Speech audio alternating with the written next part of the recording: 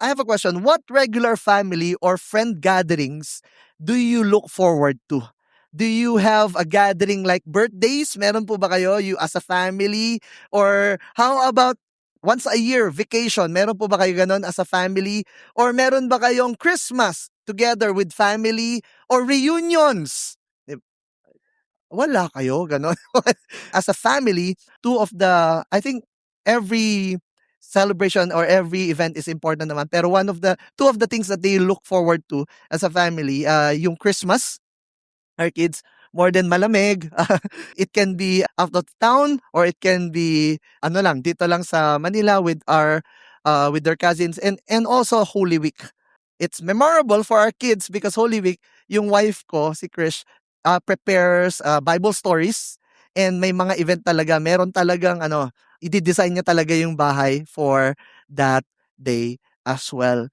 And I've said that because few things I'm sure of these gatherings that we look forward to. Wag na po natin pag-usapan yung ayaw natin na gathering. Yung gusto na lang natin na gathering, okay? They are regular. It can be annual. It can be weekly. We have a once a week, more than me and my wife. Mayroon kaming once a week or every other week na with our kids. And nandun ako na si season na nilalabas ko rin yung kids, yung anak ko, isa-isa. They have the mga important question to them. The why. Why do we need to do this? So they are regular. It can be every summer or every Christmas. But one of the things why we look forward to this gathering is the reason, because it has made a difference in us. Something happens when we gather together with your family, with your loved ones, or with your own family as well. We know that something happens there and you know what to expect. Because when you look back in this gathering, it's not just the gathering itself, but what these gatherings brings to us. It formed us or it changed us. So this series, When We Gather, explains our biblical reason for our gathering every week. When someone asks you, natanong na ba kayo, saan ka pupunta? Punta ako Sunday sa SM. Ano gagawin mo doon? Mag-church. SM, mag-church. And then mag-worship. And then ano pa gagawin nyo? Basta. So, many times, why we gather? And what's the reason for our gathering? So, this series will explain to us our biblical reason for our gathering every week. It can be Friday or it can be Sunday. And how every part of our worship service, we called it liturgy. Every service has its own importance or has its part. The repetition, the consistency forms us communally. And what this brings is for us to become more like Jesus and to be more like Christ, the one who leads and heads the church, the one we worship and we adore. So for the next 5 weeks, including today, we will look into these things. First is our sacred gathering and sending. When we gather together, what's the reason for this gathering and what we do when we gather? Songs that we sing. May katabi ka ba mukhang mahilig kumanta? Yan. Wag na po kung nasa tono. Mahilig kumanta, okay na po yon. Okay? Why do we sing? And many people, okay lang, mali tayo. Kumakanta pa naman sila. No, no, no. Ang songs po ay hindi po siya nilagay sa first part para po hintayin yung mga late darating. Okay? There's a part po sa worship liturgy natin. The sermon has its own part as well. The sacrament of communion. We have two sacraments, the baptism, water baptism, and the Holy Communion. And also, the week 5 is supplication. We have one more thing, pero hindi na po natin, the sacrificial giving, which is we have a series on Always Enough, talking about our first and foremost. I love nga yung exhortation ni Orpha that our giving is first foremost, it's not for the advancement of God, it's first to the Lord. And of course, it's used to support the mission work of God, but more than that, our giving is to the Lord, and it's sacrificial and it's by faith. So today it's about sacred gathering and sending. So open your Bibles with me in Hebrews 10. Let's read in verse 19 to 25. Can I invite everyone, all of us, to all stand in reverence to the word of God, including our cinema tree. Verse 19. Therefore, brothers, including sisters, since we have confidence to enter the holy places by the blood of Jesus, by the new and living way that He opened for us through the curtain, that is through His flesh. And since we have a great priest over the house of God, let us draw near with a true heart in full assurance of faith, with our hearts sprinkled clean from an evil conscience and our bodies washed with pure water. Verse 23. Let us hold fast the confession of our hope without wavering, for he who promised is faithful. And let us consider how we stir up one another to love and good works, not neglecting to meet together as is the habit of some, but encouraging one another, and all the more as you see the day drawing near. This is the word of the Lord. Let us pray. Father, we thank you, God, for your word today. I pray, God, that mangusap ka, Lord, sa bawat puso at bawat na nandirito, Lord. Panginoon, dalangin namin that through your word, we'll be able to glean and embrace the community that you brought us into. So, Lord, bless the preaching of your word. Thank you, Lord, because your word will renew our faith, will restore our love for you and our joy for you. In Jesus' name, amen and amen. You can all be seated. Now, the letter uh, of Hebrews was primarily addressed to Jewish believers. Christians before, they knew the faith, they knew the way, they are familiar of the Old Testament. Kaya po, I think last year to, we have the, 3 months series of the book of Hebrews. I think one of the things, yung Jesus period, Jesus greater than pala. Jesus greater than. And they are familiar of the Old Testament. That's why, para siyang, Hebrews is like the Old Testament of the New Testament. It's an parang Old Testament book in the New Testament. They are familiar with the Old Testament, but they are now at the verge of quitting their belief, their Christianity, and going back to their old ways. Revert back to their old way of life and practice Judaism, or they call it the Judaizers, mga followers ni Judy Ann raw. Hindi, kay Sir J.R. yan galing. Okay. Sino si Judy Ann? Okay. No, Judaizers. Okay. Now, no longer about by the grace of God, but now you can incorporate your works. Now, the letter was written to encourage them not to give up on their faith and not to give up on the community. That's why the letter of the original recipients, the author is not known to us, but it's definitely known to its audience. He warned them, I just put it here, chapter 2, verse 1, he warned them not to drift away, not to turn away, and not to refuse to listen, because they are in a season where Christianity is not in a good place because of persecution. And the only thing for them, it's for that time feasible, is for you to quit on Christianity and just follow the ways of the world. But the writer reminded them to keep the faith, hold on to their faith. And how can they do that? The only remaining in a faith community, in a community of believers, they will preserve their faith, and be witness. So the author, if you look at the author of Hebrews, we could see that he was encouraging them the importance of being part of a community and in the gathered church. Now, the Bible paints us the importance of community from the very beginning. Hindi po siya nag-start ng Hebrews. Even from the very beginning, we could see that when God created, in Genesis 1 verse 26, you could see the word there, God, let us make man in our image and likeness. From the start of creation, you could see the importance of community. For the start of the church in Acts 2, when God created the birth of the church, you would see Acts 2 verse 41, the Lord added them. Those 3,000 who got saved, He added them. Added them to what? Not to an institution, but to a believer, to a group or gathered believers. They called it the ecclesia or the church. The word added, the word together was there. Even in the book of Hebrews, you could see the word, I put it here, our, not my, us, not I, we, not me. And this is the importance of community, the gathered believers. So more than the church needs you, it's us who needs the church. It's more than may katabi ka bang gifted? Tignan mo. Okay, gifted. Okay. Gifted na lang po. Baka may masabi akong iba. Okay. Yung gifted, more than I know that person yung smile niya can invite 1,000 people. Yung pagkanta niya parang, Lord, nandito ka. Parang ganon. More than their giftings. More than the church needs you, we need the church. When I talk about the church, it's not the building, the ecclesia, the gathered people, the called out ones. The people of God. And here's the paradox in our time today.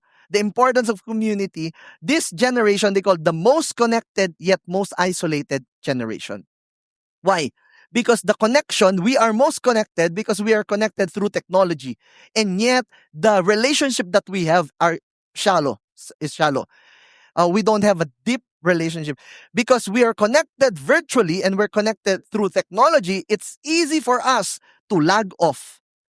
Disposable at best, artificial at worst, and there's no authentic interaction.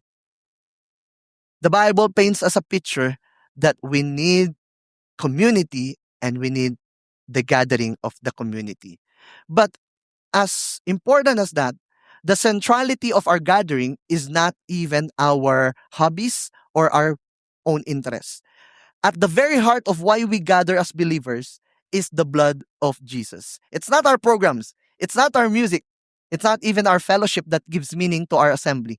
It is the blood of Jesus. Going back to the verse, kaya po pag binasa natin yung verse 19 to 21, it says there, therefore, brothers, since we have confidence to enter the holy places by the blood of Jesus. In verse 21, you would see the word again, since we have. So in verse 19, you would see the word since we have. In verse 21, you would see the word since we have. First key phrase in this text is the word since we have. What do you have? Ask the person sitting next to you. What do you have?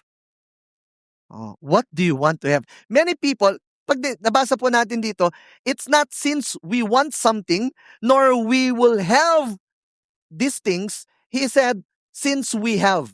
You have something that the world cannot give and cannot offer. You have something that many people are looking forward to have.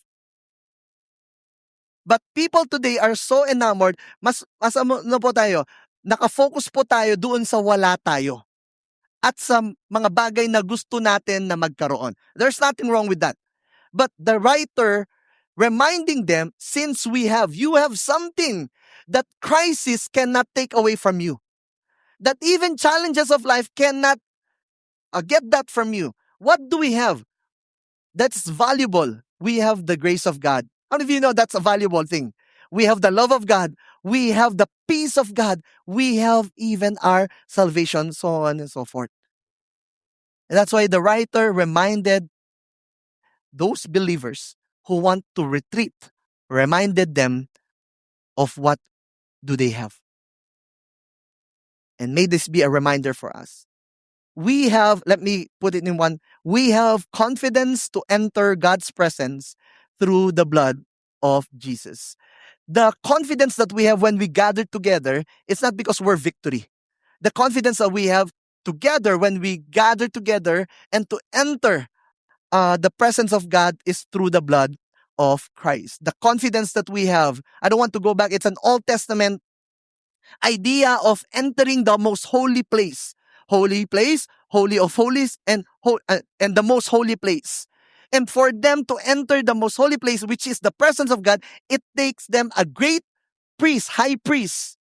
But the writer said, because of the blood of Christ and because we have a great high priest, we can now enter the presence of God. Why is that important? Because even in the highs and lows of life, we need the presence of God. Gathering, we need the presence of God. The second key phrase that we will look into is the word let us. Say with me, let us. Let us. So sinabi niya, since we have, let us. Those two words, since we have, and then he said, three, let us. Because in life, we don't just need the presence of God, we need also the people of God. Presence of God, people of God. And there's a reason why we gather. And there's a way to gather. This is where we call liturgy. Liturgy is the habits that form and shape us. I'm reading a book about that tells us that we have our own liturgy. You have your own habits that forms you and shapes you. You have your own liturgy at home.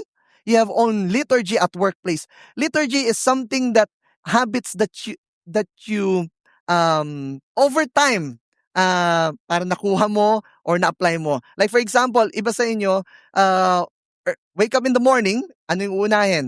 Kakain ba muna? Magtutoothbrush ba muna? Maliligo mo muna o magkakape muna?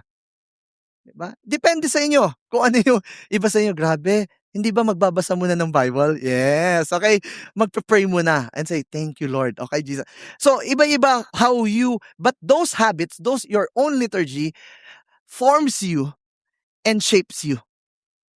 I'll tell more about that in the succeeding weeks. Now, in our corporate worship, we have our worship liturgy. And these are, pag sinabi niyo pong liturgy, in our corporate worship, this is our order of worship. Yun lang pinaka-ano niya. Pag sinabi natin worship liturgy, wow, it's the order of worship. Yun lang yun. Na ito ay, hindi po siya yung unahin natin yung word. Okay? Yung pagdating nyo, may word na, tas dulo. No, there's a liturgy. There's an order of worship. Now, in our corporate worship, liturgy are patterned and repeated practices that shapes us. And I pray that 100 years from now, this is our patterns that shapes us in the past, but it will continue to shape not just believers, but even our movement in the future. So let's go to that verse. Let us. Because when we gather, what should we do together? That tatlong bagay. When we gather, what should we do together? First is let us draw near to God. When we gather, we draw near or we come and approach God and worship God. Verse 22 says, let us draw near with a true heart in full assurance of faith. When we gather, first and foremost, to encounter God's presence. We are not here because wala tayo magawa sa bahay natin. We are here because, how many of you come to church because you want to worship the Lord? That's the reason why we are here. More than just to see your crush or to see him or her, we are here because we want to come before God. We want to approach God and we want to worship the Lord. Therefore, we are not spectators here. We are not worship critics here. We come to church and say, ayoko yung pagkanta niya. Ay, ba't kanya na naman yung lineup? No, we are not. We come to worship the Lord. Not to sleep in church. We come to worship the Lord. Diba? Pagod siya. Pabayaan nyo na, pastor. Okay. Okay, si Lord na yan. Kasi diba, this is a holy place. Okay. Kung si Lord yan, gigisingin ni Lord yan. Okay. We come not to, kaya sinabi nga dito, there's a participative. Kasi our participation will form us and change us. That's why it's hard for us to go worship online. How can you worship online tapos di ba? Nagsasaing ka, nagpaplantsa ka. Yung attention mo wala talaga doon. Kaya sinabi niya dito, with true heart, sincere, undivided attention. May katabi ka ba mukhang may undivided attention? Ay, wala. Okay. Okay, good. We don't just come to church nor attend church, we come to meet with God. This is very true at the heart of the first believers in the book of Acts. When they were added to the church, that's the birth of the church in Acts 2, they started a new way of life that's different from other people. In Acts 2 verse 46 to 47 says, and they worshiped together at the temple. Grabe, araw-araw. Hindi ko pong gagawin. Hindi po tayo araw. Every day, each day, met in homes for the Lord's Supper and shared meals with great joy. Kaya po talagang we call small group, okay? Kainan after. Generosity. And while praising God and enjoying the goodwill of all the people, each day the Lord added to their fellowship those who are being saved. They made a choice. They attending the temple together. Why did I say they made a choice? Because the stake of going out and being in a community is too high because of persecution. If meron pong comfort ang iisipin mo, magstay na lang kami dito kasi natatakot kaming lumabas. But instead, the stakes were high, yet, because of persecution, yet they still went out and meet together. Because it's more than someone needing, they need each other. Their gathering was not based on comfort and convenience. We thank God for a place like this. Hindi ba kayo grateful na meron tayong place like this? Okay. Pero sana po, palakpakan natin si Lord, okay? Wala po ako, but we started not like this. We started at the Tandem Basement Cinema. I don't know if, I remember before, doon sa 1881, yung katabi ng National Bookstore, grabe talaga. Yung papasok ka, nag-invite po ako mga taga-UST. Sinasabi ko kung saan, sabi nila, ay, delikado dyan. Wala po talaga may invite. Now, we are in a mall. Now, praise God for a place. Pero hopefully kung dumating tayo sa place na medyo hindi na convenient, I hope we will not base our gathering based on convenient and comfort. It was not most convenient time for them to meet, yet they meet together. We gather first and foremost to encounter God's presence. That's why every time we gather, we are called from, I'll put it in the notes. Every time we gather, we are called from secular to sacred, natural to supernatural, and strangers to sons and daughters. Let me explain that. We are called to secular to sacred. During the medieval period, for them to start the assembly, for them to start the gathering, meron po silang bell na niriring. And that bell signals that it's time for you, whatever you do, you put it down. Naglalaba ka, put it down. Nagluluto ka, patayin mo. And now you go to the assembly. Whatever you do. So for them, it's like calling people from the world, that what we do, when I take forward, is the normal thing that we do. Now we are entering to a sacred place.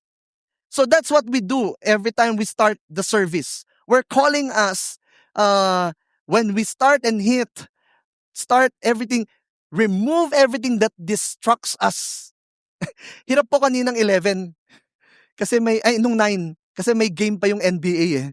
So nakikita ko po kung sino yung mga nagtumitingin sa phone nila, nanonood. So why? Because our time today is so distracted with many things.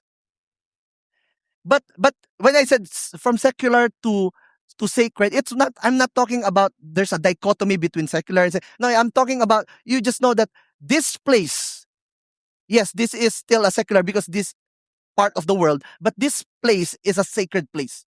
It's a place where I can commune with God, I can worship God, and I can hear God. On a regular day, this is just a cinema. Okay? There's nothing holy in this place. But what makes this a sacred place for us is when we gather together. You can do that in your house. That, di ba, pagpasok mo na, you want, Lord, this part of our house, it's a sacred space where I can commune with you and worship you. That's why we ask everyone, because we know the distractions that we have. We can silence our phones. We put it in flight mode. It's more of like, these are things that the idea is, decide not to bring what we have in the world and bring it to our sacred space. It's a place where we can just commune with God. Kaya po, it's not a place where we do our assignments. Not a place where, ito yung gagawin ko for the rest of my week. Diba? Nag-church ka, anong ginawa mo? Nagplano for the rest of my week. No, hindi po. It's a place where you can commune with God. We understand that we live in the world. There are many cares of this world, but we just, Lord, just today, in this place, I want to hear from you. And that's why your 90 minutes or your 75 minutes, it's a time for us to engage with God. Imagine all throughout the week, you can do whatever you want with your time. But the time of the week is a sacred time for the Lord. And we can engage with God. Lord, what are you doing? What are you telling me? Ano man sinasabi mo, Lord? In a time that we can strengthen one another as well. Because we believe, second, not there's something happens supernaturally when we come together. So it's a call also from natural to supernatural. On Acts 2, it's a time they will come together. They were together in one place, and suddenly came from heaven a sound like a mighty rushing wind, and everyone were filled with the power of the Holy Spirit. Those who were in that room experienced it first. There's something supernatural when we come together. And from strangers, last, it's a call for us from strangers to spiritual family. We don't pray, we don't even plan for us to be part of this community. But God brought us here, and from strangers, we can be spiritual family. Tignan mo yung katabi mo. How many of you, you're glad that is part of your spiritual family? Praise God, okay? Palakpan naman natin si Lord for iba sa inyo, this is your first time. I hope you will not feel a stranger, but I hope that you will find this, not just a church you attend, but spiritual family. Second is the word, let us hold fast the confession of our hope. And we can find that in verse 23. When we gather, we don't just first draw near to God, but also we hold fast the confession of our hope. He says there, let us hold fast the confession of our hope without wavering, for he who promised is faithful. We live and we know this. There's nothing permanent in this world. Only permanent is change. We live in an unshaking world, but our hope must be unshaken. That's why yung word na ginamit niya, they're full of uncertainty. The Hebrew believers, the writer said, hold fast.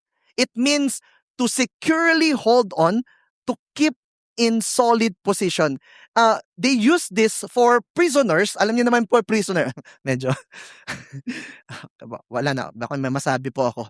Okay, yung mga prisoners po, for them not to escape, and for them to be secured, they put something in their hands and their feet. For them to, they hold it fast, the grip that they have, so that they will not escape, and for them to be kept and be secure. Now that's the point and the image of the Hebrew writer for the original recipients. You have something in you that the world tries to snatch and to get it. But don't hold tightly your faith, your hope, and whatever you have in Christ. Hold it. The grip that you have, hold it tightly. It's like going to, medyo safe na po ngayon, okay, yung recto. Going to recto sa gabi, and if you have iPhone 30, sabihin natin, may iPhone 30 ka, hindi mo naman yun yung, di ba, hawak-hawak mo, para kang i-invite someone that will snatch you, someone will grab you, right? Naranasan nyo na pong pumunta ng Divisoria, and then ang dami nyo pong dala, may pera kayo, at saka may phone kayo, and then yung grabe yung hawak nyo, no?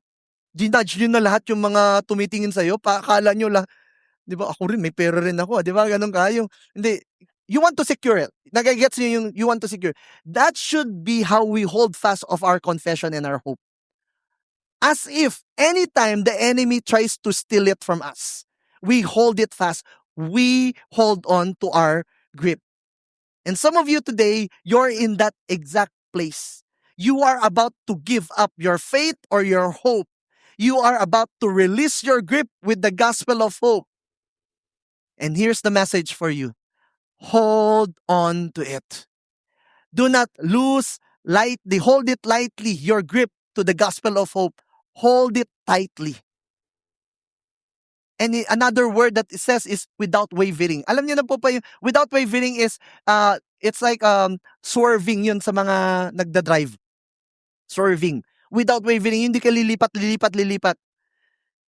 Hold it tightly without wavering, not going from one direction to another direction. Hold it lightly and stay on your lane. Stay on the right direction. Why? Because I said so? Because our leader said so? Because Victory says so? No.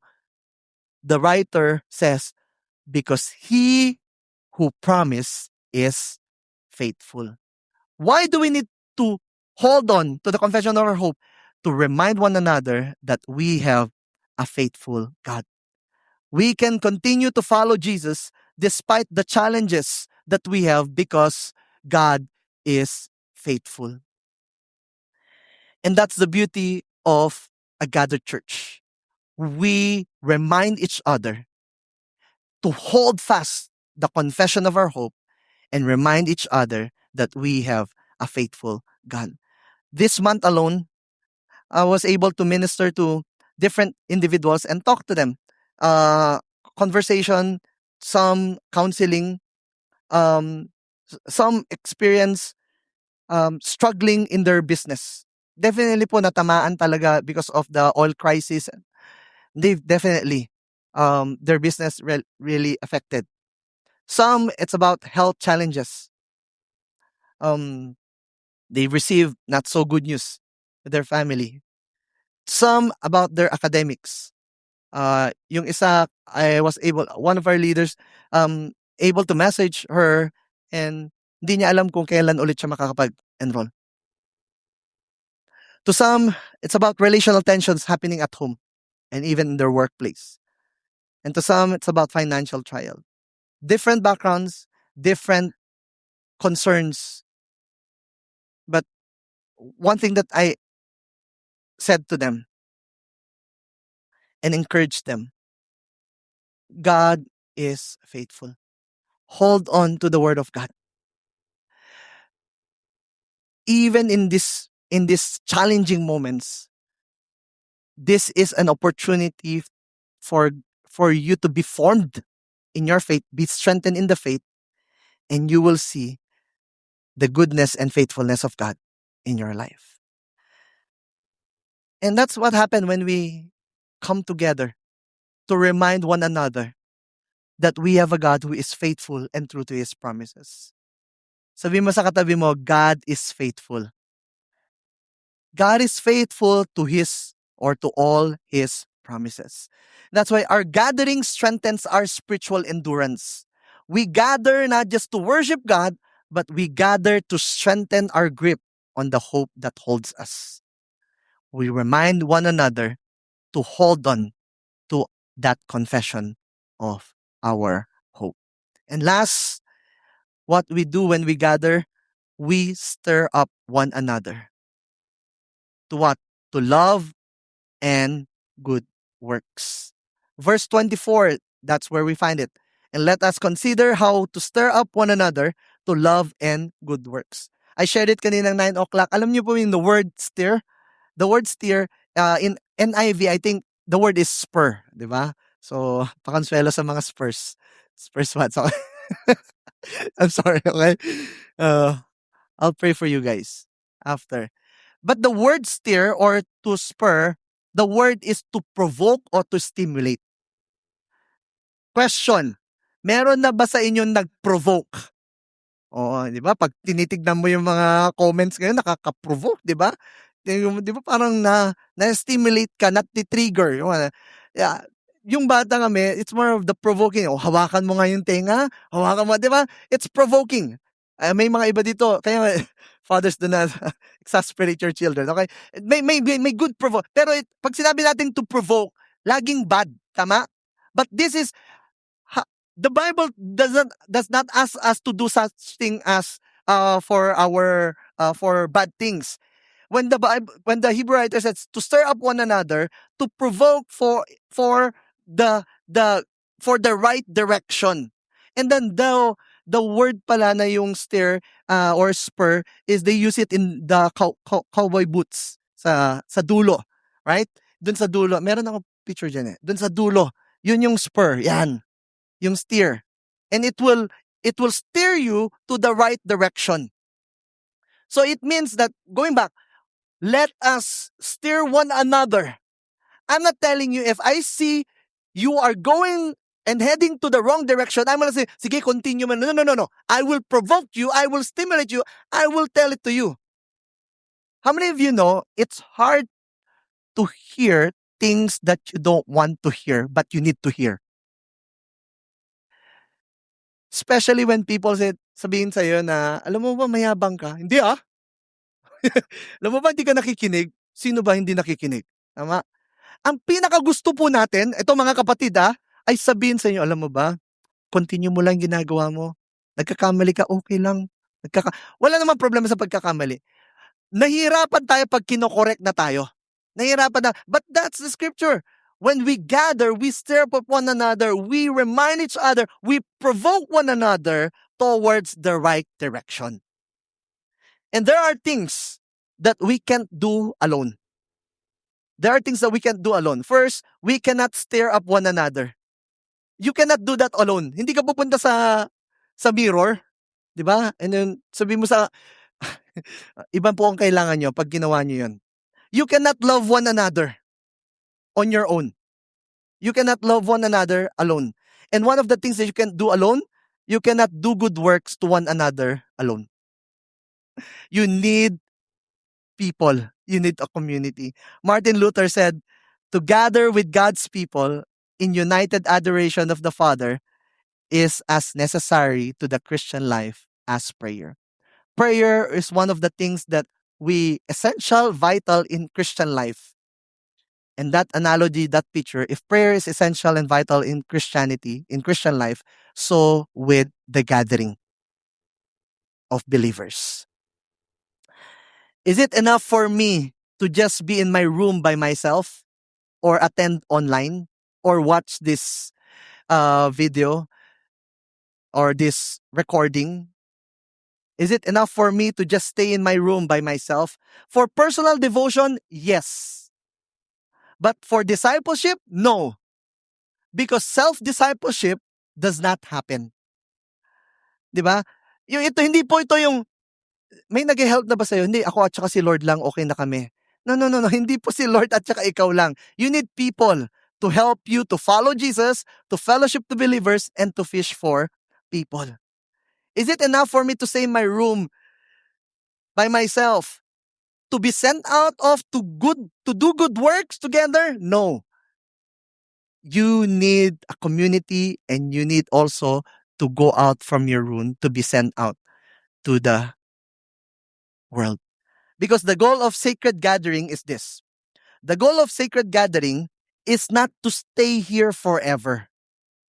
The goal of sacred gathering is to worship God, be formed so that we can do good works and love others and help others to follow Jesus. That is the goal of our sacred gathering. Gathering and sending. Say with me, gathering and sending. The goal is not just for us to stay here for the rest of our lives, but the world is waiting for us to hear, for them to hear what we have. Traditionally, the worship service, this is a worship service, has been called Misa. M-I, but it's a Latin, double S-A, Misa. Sa Tagalog, alam naman natin Misa, tama? Especially if you grew up in background of Catholic. But did you know that the Latin meaning of Misa, in its meaning, it means to go forth and to send. Because the ultimate goal of gathering is not just to stay together, but to be sent out to the world. The purpose of our gathering is so that we may be sent into the world. We are not just a gathering community, but also witnessing community as well. Remember when Jesus about to ascend, he called the disciples, Matthew 28. Remember that, right? All authority and ano sabi niya? To stay? No, he said, go. You've heard from me, you know the mission, now go. Acts 13 verse 1 to 3. Let me call the keyboardist to join me here.